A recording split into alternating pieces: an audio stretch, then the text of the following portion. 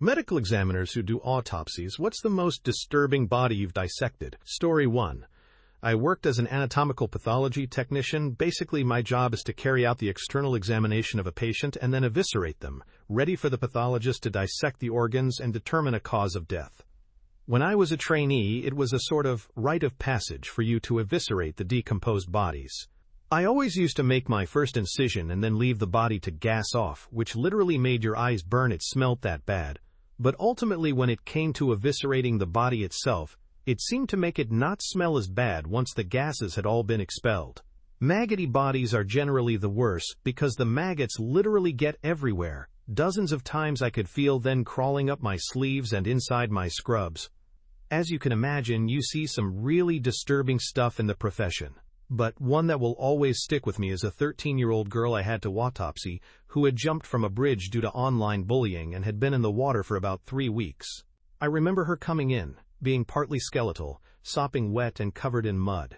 I couldn't help but feel an overwhelming sadness as I looked at her because of how young she was and that she had taken her own life due to bullying. I will never forget looking at her few strands of long brown hair that were left on the remaining parts of her scalp. Anyways, before we can carry out the autopsy, she needed to be undressed. Her jeans were full of sand and mud, so I had to carefully cut these off of her and hose her down as I went along. As I was pulling off her jeans, some of her muscle on the lower part of her leg was still clung to the bone, and as I pulled the jeans over it, it made her toes and foot starting twitching and moving. I had to stop what I was doing and take 5 minutes outside, not because it scared me, but it all just seemed to hit me in that moment. Story 2. Masters in forensic pathology here. You'd be surprised to know the number of people that have life-threatening issues that never went diagnosed, and that they didn't die from. Seen an older guy who died of pneumonia in hospital. On autopsy, the guy had both an enlarged heart and a couple of medium-sized aneurysms in the brain. Another guy in his ~70s apparently came into the ER and had chest pain, then died shortly after. Dies of a heart attack but also had cancer. In less natural circumstances, though. Saw a guy who had been shot in the head a couple of times. 3 definite entries and a blown-out skull, but police only found 1 bullet. Couldn't find the other bullet in his head at all. Assumed the police missed it. Went on as normal with the autopsy until we got to the chest cavity. The other bullet was just chilling beside his lung. Turns out it entered the skull, hit the inside, ricocheted down his neck and into the chest. That was pretty wild. Story 3. I may be late to the party, but I finally have a good story to tell. In medical school, my group's cadaver was an 80-plus-year-old female who was extremely unfit, morbidly obese with muscles half the size of any other cadavers. Her pectoral muscles were paper thin, to get some reference. We figured she was bedridden during her last few months, which would somewhat explain these findings. When we started our neurology unit and began to dissect the infratemporal fossa, I discovered a small metal pellet under the skin behind her right ear. My tank mates and I went on to find dozens of these metal pellets strewn around her head's anatomy, with some lodged into the cranium and others in the bones of her face. We contacted her living relatives to get some clarification, and they ended up revealing that when this lady and her brother were children, they said she was 8 years old, they were playing with an old decorative rifle that the family had mounted above the fireplace. Long story short, the brother accidentally discharged the rifle into the girl's face. The aftermath was this lady was blind and wheelchair-bound for the rest of her life, and the pellets weren't all removed. It was an interesting dissection with that information from then on, but a sobering moment in reminding our class that our cadavers are humans with their own struggles and rich lives. If you're considering donating your body to science, please know that we don't take the responsibility lightly, and a million thanks aren't enough. I have more stories if anyone is curious. Edit. I should add that her granddaughter made a point of saying this lady did not hold a grudge on her brother, and they lived full lives on happy terms. Story 4. Performing an autopsy on an elderly patient with cardiac valve disease and found a 3 centimeters white plastic disc lodged in the ostium of one of the renal arteries. It was identical to the disc of the patient's tilting valve type mechanical aortic valve, which was in place, intact and functioning normally. We had no explanation for why an extra valve disc was present far downstream from the heart. An in-depth review of the patient's surgical history revealed that many years prior, during the installation of the patient's aortic valve, the cage for the valve broke while being installed, and the disc had flown into the aorta and couldn't be retrieved. The surgeon immediately removed the broken cage, replaced the entire apparatus with another replacement valve, and completed the surgery. We found no evidence that there was any subsequent investigation to determine the whereabouts of the lost valve component. So for years, apparently unknown to most of his caretakers and even potentially to the patient had a cardiac valve disc lodged in his renal artery ostium in such a way that it was not obstructing and stable, and it was discovered as an incidental finding at the patient's autopsy. Story 5. I worked as an anatomical pathology technician. Basically, my job is to carry out the external examination of a patient and then eviscerate them, ready for the pathologist to dissect the organs and determine a cause of death. When I was a trainee, it was a sort of rite of passage for you to eviscerate the decomposed bodies. I always used to make my first incision and then leave the body to gas off, which literally made your eyes burn. It smelt that bad, but ultimately when it came to eviscerating the body itself, it seemed to make it not smell as bad once the gases had all been expelled. Maggoty bodies are generally the worst because the maggots literally get everywhere. Dozens of times I could feel, then crawling up my sleeves and inside my scrubs. As you can imagine, you see some really disturbing stuff in the profession, but one that will always stick with me is a 13-year-old girl I had to autopsy who had jumped from a bridge due to online bullying and had been in the water for about 3 weeks. I remember her coming in being partly skeletal, sopping wet, and covered in mud. I couldn't help but feel an overwhelming sadness as I looked at her because of how young she was, and that she had taken her own life due to bullying. I will never forget looking at her few strands of long brown hair that were left on the remaining parts of her scalp. Anyways, before we can carry out the autopsy, she needed to be undressed. Her jeans were full of sand and mud, so I had to carefully cut these off of her and hose her down as I went along. As I was pulling off her jeans, some of her muscle on the lower part of her leg was still clung to the bone, and as I pulled the jeans over it, it made her toes and foot starting twitching and moving. I had to stop what I was doing and take 5 minutes outside, not because it scared me, but it all just seemed to hit me in that moment. Story 6. Oh boy, my time to shine. I worked as a forensic technician/medical examiner's assistant for roughly 2 years. We were cross-trained in both autopsy and decedent removal from death scenes. I wouldn't particularly say anything was creepy per se, but some things were definitely gross and morbid. Going down to the satellite office in the south that was in the woods at 3 a.m. in the middle of a storm was certainly unsettling. However, I'll do my best to synopsize some of the most disturbing things I've encountered, in no particular order. The man who used woman's underwear inappropriately. 2 brothers lived in a would-be condemned house, both severely intellectually challenged, one more than the other. The living situation was extremely repulsive. Black mold everywhere, ceiling caving in, everything covered in crumbling drywall and water damage. Ironically, they had no running water. The only clean items were 2 pallets of baked beans and Coca-Cola. They mostly ate beans and drank Coke by the pallet. Upstairs, we found the deceased brother lodged between the bed and the wall. All over the floor were woman's underwear, each heavily soiled. The house was filled with hundreds of old, unusable items. The ATF had to clear the scene. The autopsy was unremarkable. The man whose face was severely damaged by a wild animal. A man riding his bike through a field tragically died, and his face was severely damaged by a wild animal overnight. Some musculature and one eye remained, but lips and cheeks were heavily affected. A small swarm of yellow jackets had infested the face. We had to treat the body carefully to prevent insects from entering the morgue. Tragic death via bridge incident. A man tragically died after jumping from a bridge while tethered to a high-tension wire. Woman who passed away approximately 8 months pregnant. The autopsy was complex. The medical examiner removed the amniotic sac intact, allowing us to observe the baby. Extremely sad and heartbreaking, but contextually interesting. Man who passed away from an experimental drug in dental school. A dental student tragically died from an overdose of an experimental drug, resulting in a significant emergency response. Story 7. I had an anatomy dissection course last year where we studied anatomy by dissecting a donor throughout the year. Nothing really creepy happened, but the day we started working on the brain was a shocker for a lot of us.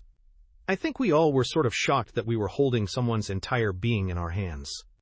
I wasn't really that queasy, but that day I had to take a step outside and take it all in.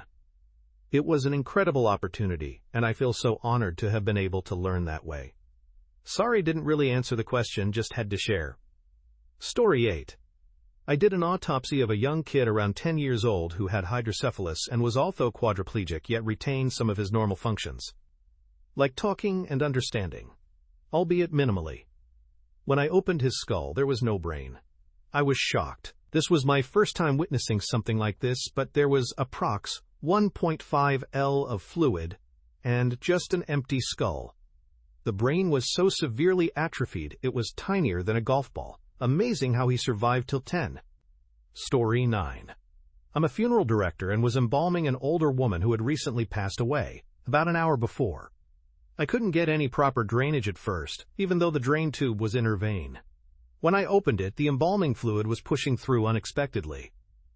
During the embalming procedure, there was an unusual obstruction in the vein that had to be carefully removed with forceps.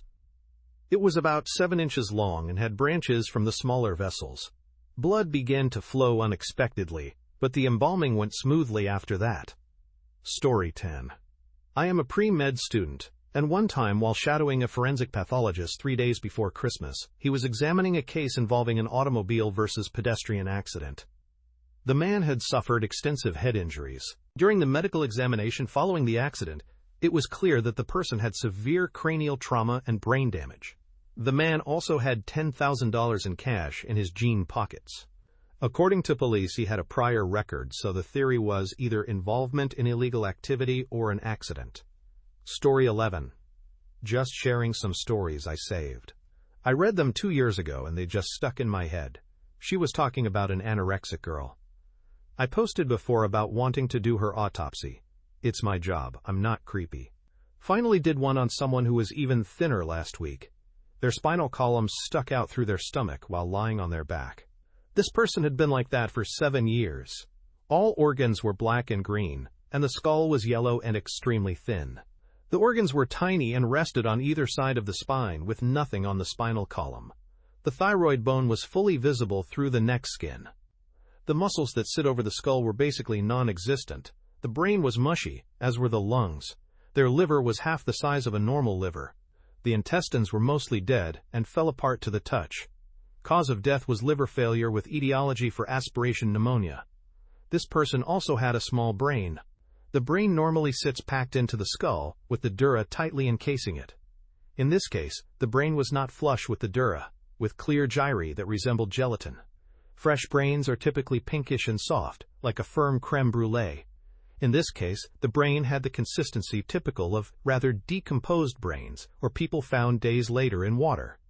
Stomach acid was found throughout the small intestine, lungs, and ascending bowel. Despite severe starvation, there was a significant amount of fecal matter, bright yellow in the small bowel, which I had never seen before. All organs were abnormally sized, such as the spleen being the same size as the kidneys. The lungs were situated lower than normal, leaving a 12-centimeter space above them when the rib plate was removed. Fat people tend to have large amounts of liquid fat in the cavities, but this person was extremely emaciated. Story 12. I have a few thousand hours of cadaver dissection under my belt, and anatomical abnormalities are my absolute favorite to stumble upon during the course of a dissection. We all have a general plan with our bodies that most of us follow, but there are variations that will never have any positive or negative impact that you will never know about, and somebody like me stumbles upon it after the fact. There are a lot of documented variations in text like Gray's Anatomy, but sometimes you'll stumble upon things that you can't really identify or aren't really too well documented.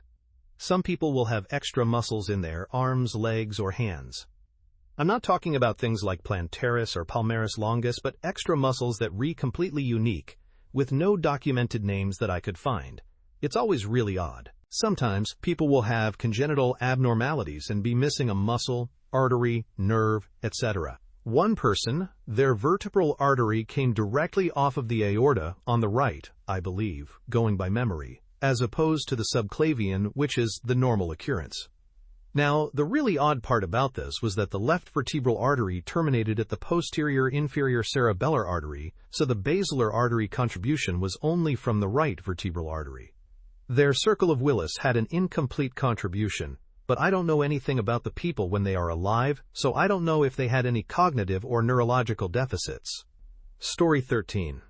Combining the facts and my own assumptions, I would say it was a rapidly progressing colorectal cancer of some kind, possibly related to underlying Lynch syndrome, that metastasized to the liver, the lymph nodes, the peritoneum, etc. This was a forensic, as opposed to clinical, autopsy, so some of the techniques that could have been used to construct a more precise narrative of what had occurred in regards to his cancer, which was not the cause of his death, was beyond the scope of that procedure, but durable tissue samples were taken to make pursuing that option available to the family. I really don't have an explanation for it. There are rare causes of reduced pain sensitivity, many of which wouldn't be a possible explanation in this instance, but some of which might. Toxicology was positive for painkillers, but in such a way that suggested a more isolated exposure as opposed to chronic use, but there are limits on what can be known for sure there. It's possible that a sedentary lifestyle combined with adherence to the kind of low-protein, low-sodium, no-alcohol diet that a doctor might recommend to someone with, say, liver failure, combined with occasional use of painkillers, did somehow in conjunction mask his symptoms. It's also possible that he was doing something, I don't know what, just something, which he believed to be damaging enough to the body that he felt it explained his symptoms and for whatever reason didn't consider the pain, the vomiting, the fatigue, the blood in his stool or whatever else undesirable or cause for concern. Maybe he had tried some strong painkillers or other substances, and had been under the mistaken impression that that exposure was somehow sufficient to explain subsequent problems, and he was too embarrassed or afraid to tell anyone. It's also possible that somehow he knew what his situation was and there is just no record of it and he didn't pursue treatment or tell anyone or drop out of school. Story 14. Yay, it's a distinct smell. What's sad is when you can start to tell the state of decomposition because of the subtle changes in the smell. We had one that involved a male who had an MI while alone in his hot tub X 14 days. Anchorage. I didn't get to stick around to find out how they removed him, as it was nothing more than a giant human stew. It's funny how things become so normally routine when you are around it all of the time, but to the people around you, so unthinkable. What they probably did was try their best to drain the tub human stock, wrap him in towels or any clothes that might be nearby and pull them out, trying to keep them all in one piece. And you're right about the way it all just becomes another day at the office. The tub was about 104, if I remember right. Portions of the skin and muscles had started to pull away from the bone, like around the joints and the face. I still think it was cool as shit to see this, as bad as that sounds.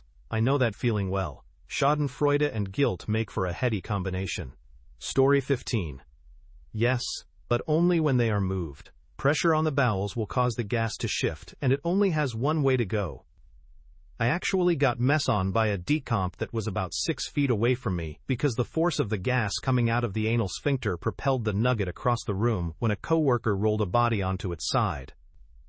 At the time, no, I was so angry I was just swearing and stomping and cursing while my 3 coworkers were laughing so much and rolling on the group laughing. Immediately afterwards, once I had cleaned off, absolutely. You had to develop a sense of humor about the absurd mess you dealt with, because some things are just funny, and you really latch onto those moments because it helps balance out a lot of the misery you experience. No, only on the leg, fortunately. However, it was always a shock when a saw would send a spray of blood across your mask. Story 16.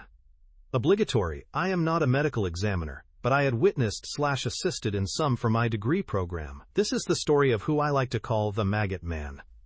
When I was going through my forensic science program at my university, it was required I took an Intro to Crime Scene Photography course. One of the requirements for this course was to visit the office of the chief medical examiner for a day and take photographs of the cadavers that were in for the day. The day that my professor, a few classmates, and I went, we were debriefed prior to entering the room that there were 6 bodies. We had an overdose, a motorcycle accident, a presumed heart attack, a car accident, and a woman who had passed in her sleep. I noticed that those were only 5 people, so I raised my hand and asked about the 6. The lead pathologist explained that the last body was in a quarantined room separate from the others. This room could only be entered in full hazmat gear, so we, the students, weren't allowed to enter. I didn't want to continue to be a bother, so I refrained from asking any more questions about the cadaver. Luckily, the CS photographer that worked at the office picked up on the morbid curiosity of me and my fellow classmates, so he whispered to us that he would tell us about it once the debrief was over. We stepped outside and went into his office, and this is the story. The body was of a man that had been reported to drop dead outside of a club entrance the night before. It was a Friday night, so the club was roaring with people, and the police arrived moments after they were called. No one had understood what happened, the attempted CPR and whatever other protocol to breathe life back into this man, but he was dead on the spot. Keep in mind, nothing looked off about this guy. He was a handsome black man, dressed in a luxurious name-brand suit, and seemed very well kept. A few witnesses were asked questions, and the only person that seemed to know him was a woman who had explained she had been dancing with him throughout the night. They brought his body into the OCME. Due to the suspicious circumstances of his death, no one had claimed they knew him. His blood was sampled, and no drugs were found on or in him. There were no wounds on him or signs of injury, no blood, nothing. So they began to remove the suit this man was wearing, at first starting with the top. Once again, no signs of injury, and he was wearing a very nice cologne. It was once they removed his trousers that the cologne was quickly overpowered by a scent that could only be described as rotten meat and decaying flesh. The genital area was severely decomposed with maggot infestation, causing fatal internal bleeding. The body had to be transferred to quarantine. The thought of anyone accidentally touching the decomposed area is nauseating. TL Dr. Well-off man drops dead outside of a club. No one knows why, so he's taken to the OCME. After an external examination, they remove his trousers and underwear, only to find the genital area severely decomposed with maggot infestation, which had eaten through his femoral artery, causing his death. Story 17. I met a medical examiner at a friend's party recently, and he told us that once he received the body of a cheese factory worker who fell and drowned/burned in molten cheese. It was super awkward, as the corpse they received was embedded in a chunk of cheese as it had cooled down. Felt like carving out a corpse from the leftovers of a fondue French molten cheese dish. It was his top one. Story 18.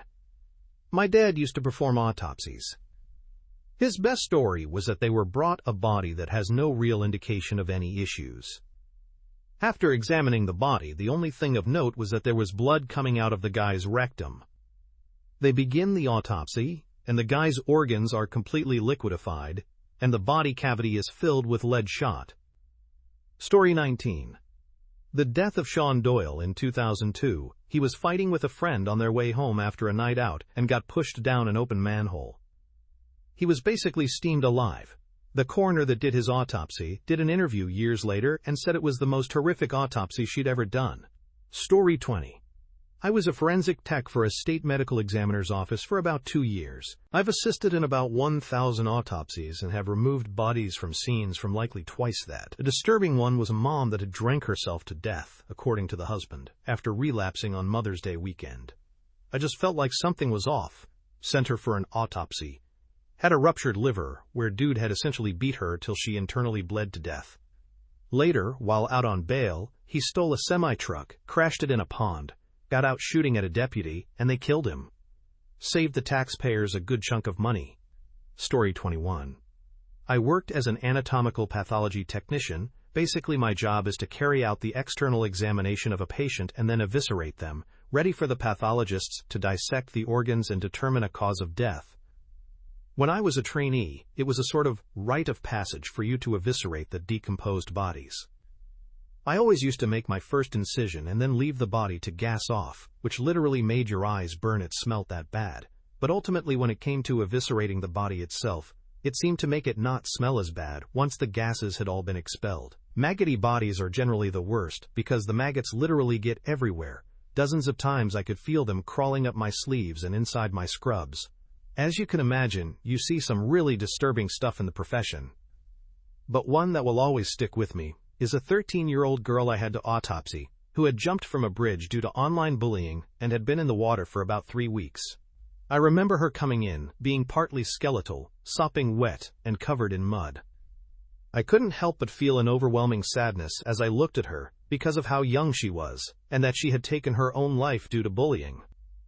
I will never forget looking at the few strands of long brown hair that were left on the remaining parts of her scalp. Anyways, before we could carry out the autopsy, she needed to be undressed. Her jeans were full of sand and mud, so I had to carefully cut these off of her and hose her down as I went along. As I was pulling off her jeans, some of the lower leg tissue was still delicate and moving slightly, which was overwhelming for me in that moment. Story 22. I'm going to use my throwaway for this. I work as an RN in labor and delivery at a high-risk center, so we often get very difficult cases. Unfortunately, fetal demises aren't too rare, usually from congenital abnormalities or spontaneous abortions.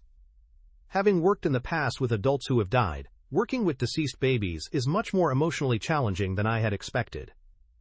Two stories stick out in my mind the most.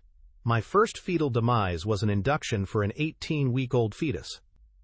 Fresh out of school and loving working with healthy babies, this assignment terrified me. The mother delivered the baby completely intact in the amniotic sac. With the mother and father sobbing, I carefully handled the sac, placing it on a blanket and preparing to examine it. I stood there trying to remain professional but was completely frozen with fear. My preceptor said, "If you're okay, go ahead and open the bag, take the baby out, wrap them up and hand it over to mom." I carefully opened the bag, holding my breath. At 18 weeks, the skin was fragile and very delicate. I was especially careful to be gentle and respectful for the parents. I cleaned up, gave the family some alone time, and stepped out of the room deeply moved. The second story happened once I felt a little more comfortable in these situations. This baby was around 18 to 19 weeks, delivered due to anencephaly. It was my job to take photos, footprints, and create a memory box for the family. I carefully dressed the baby and tried to get as good pictures as possible. The baby was extremely fragile, and the skull was underdeveloped due to the condition. While adjusting for a photo, the head slipped from my hand, and I carefully repositioned it without further handling to avoid distressing the parents. I managed to take a few photos while ensuring the baby was treated with respect, and the parents were spared additional distress. Story 23. Forensic pathologist here, two come to mind. I had just moved back to my home state where family lives. Get a case with a man with a distinctive last name in the family tree. I put a text out to my mom to see if we were related, but before she texted back I pulled the sheet back and already knew. He looked like me. It was my great uncle. Get a case where it's a house fire death. On exam he's got multiple, textbook stab, and incised wounds. I spend the next 30 minutes getting gaslighted quizzed by PD about, "Are you sure?" because they thought this was a straightforward house fire. Unfun fact. Fire's not an uncommon way for people to try to conceal a homicide.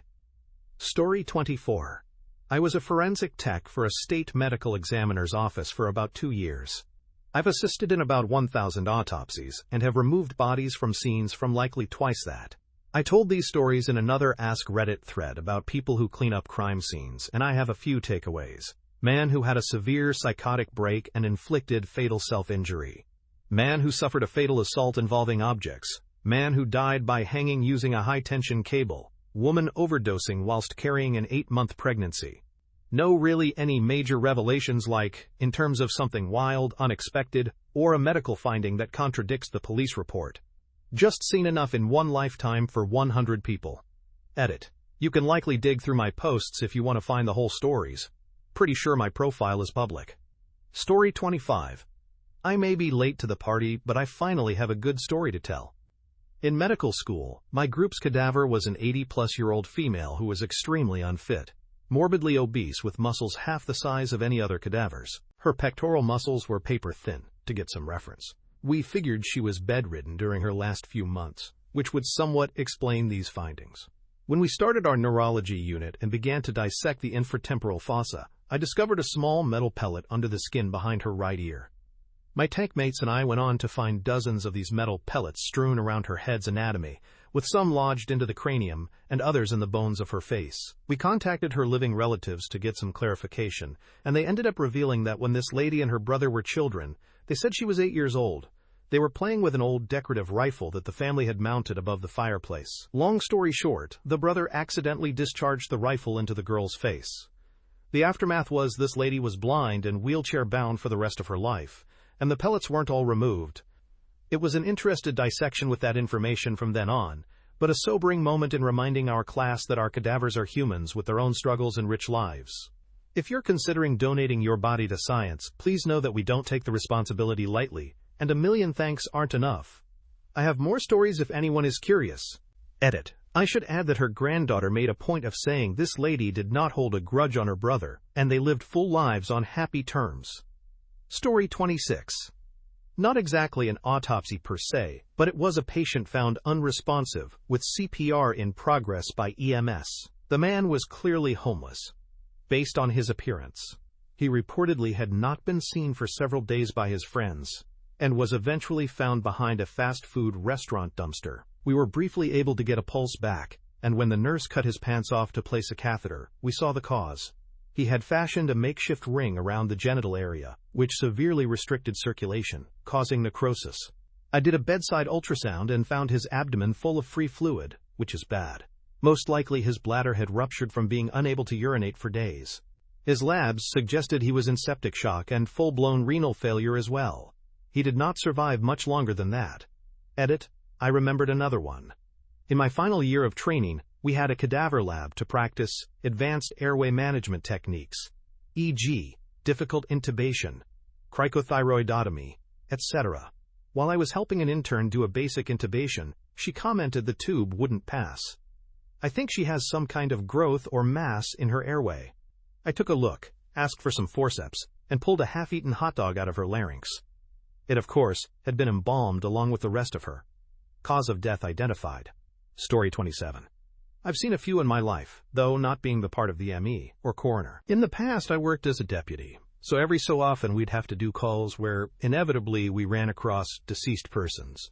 A couple that stick in my mind as being the most bizarre responded to a house after a man's wife called to report her husband had been attacked. We arrived to find the man dead, with no pants on, in the barn. Best we could ever figure out was the man had been involved in a bizarre incident with animals, which led to severe injuries, and he bled to death. We had another that took the better part of 2 years to solve. In that case, a young boy, about 15, was found wrapped around a pine tree, wearing only his boxers. By wrapped around, I mean in the sense of every bone in his body broken. His friends weren't talking about what happened, and while yes, foul play was suspected, we couldn't exactly arrest on suspicions. Eventually, about 2 years later, after one of his buddies had been picked up on a somewhat minor trespassing charge, he came clean. Apparently, the boys had this game they would play where they would get drunk, then catch one of the passing freight trains. As the train neared the usual swimming hole, the boys would jump off the train down into the water. Supposedly, when the train neared the usual bridge, the boy in question mistimed his jump and ended up wrapping himself around the tree. The other boys were just too scared to admit they had been involved. One that was never solved involved a set of remains that were found inside an old brick smokestack during the stack's demolition. What gets weird about it was the man had apparently died of starvation, so that ruled out him having fallen inside the stack. There wasn't a ladder on the outside of the stack, nor a door to access that area. The smokestack was tied to an old school and had last been used sometime in the mid-1950s. The remains were dressed in clothing typical of the 1970s, which just made things even stranger. We identified the body as being a young man who had gone missing sometime in 1974, though beyond that the trail went cold. Never figured out how he had gotten himself in there in the first place. Story 28. Former biological anthropologist. As an undergrad, I worked for a forensic anthropologist. This is the weirdest case she had that I got to see for myself. It was from the 1920s. My boss had inherited a coroner's collection of odd/interesting bones he collected during his tenure in a major city. Back then, coroners could just take whatever they wanted from bodies without telling the families. If the individual was poor/indigent/an immigrant/a minority, they really helped themselves, sometimes taking the whole body. This coroner took a lot of stuff, even re-articulating some of the pieces, reconstructing how they looked when they were attached to the rest of the person. So anyway, she has this collection she inherited, and several of the pieces are designated what she calls death by testosterone poisoning. They did not literally die of testosterone poisoning, but they all died because of risky, stupid, ridiculous actions. Think Jackass, only with no monetary payout. The weirdest one was from early last century, a white man in his 40s who died from sepsis from multiple arm fractures that he got in an arm wrestling contest. Why multiple fractures? Because even after cracking his humerus, upper arm bone, a bit, he couldn't bear losing, so he just wrapped it up with some kind of splint, had some guy hold the fracture, just a crack at that point, and went for best 2 out of 3, whereupon he snapped the humerus all the way through and broke his radius and ulna when he slammed his arm down on the edge of the table in anger. The preserved bones came with the whole story recounted in the coroner's notes. One of the lower arm bones, radius or ulna, I can't remember which, protruded through the skin, and being too cheap/too stupid to see a doctor, the wound became gangrenous, and the infection entered his bloodstream. He died of septicemia a few weeks later. Looking at the bone, I could see all of the fractures, as well as where the infection had attacked the periosteum and the bone itself, with no sign of healing.